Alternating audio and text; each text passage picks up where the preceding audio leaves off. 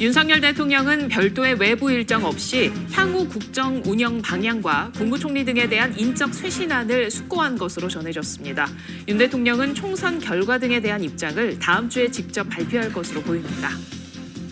총선에서 참패한 국민의힘 지도부도 공개 일정 없이 당 혼란 수습 방안 논의에 들어갔습니다. 현 총원을 참배한 이재명 더불어민주당 대표는 영수회담을 재차 제안했습니다. 4월 상순 전국 평균 기온이 기온 관측 사상 가장 높았던 것으로 나타났습니다. 일요일엔 서울의 최고 기온이 29도 등 6월 초순에 해당하는 날씨를 보이겠고 건조함도 심해져 산불 발생 등에 주의해야 합니다. 파주의 한 호텔에서 20대 남녀 4명이 숨진 사건과 관련해 남성 2명이 미리 범행을 준비한 정황이 경찰 조사에서 드러나고 있습니다. 숨진 여성 중 1명의 팔에선 흉기에 찔린 흔적도 발견됐습니다. 윤석열 대통령이 22대 총선 패배에 대한 입장을 다음 주쯤 발표할 것으로 전해졌습니다. 국정 쇄신에 대한 방향이 담길 것으로 보이는데 주말 동안 내용과 발표 형식을 검토할 것으로 보입니다. 지도부 공백 사태에 휩싸인 국민의힘이 당 수습 방안을 논의하는 가운데 용산 책임론도 내부에서 불거지고 있습니다.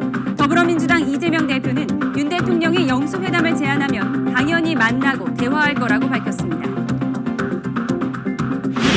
의료계는 이번 총선 결과에 대해 밀어붙이기식 의대 증원 정책에 대한 심판 성격이 포함돼 있다고 주장했습니다. 의사협회는 선거를 통해 여론이 증명됐다며 의대 증원 정책을 원점 재검토하라고 촉구했습니다. 기준금리가 3.5%로 10차례 연속 동결됐습니다. 물가 상승률이 아직 높은 수준인데다 환율과 지정학적 리스크 등을 고려한 조치입니다. 한국은행은 하반기 금리 인하 가능성도 예단하기 어렵다고 보고 있습니다.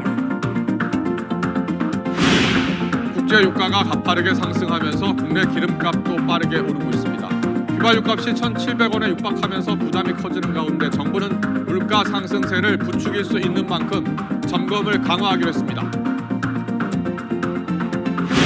주말인 내일부터 기온이 크게 올라 6월 중순 날씨가 찾아올 것으로 보입니다. 서울 낮 기온은 28도까지 치솟을 전망인데 고온 건조한 날씨에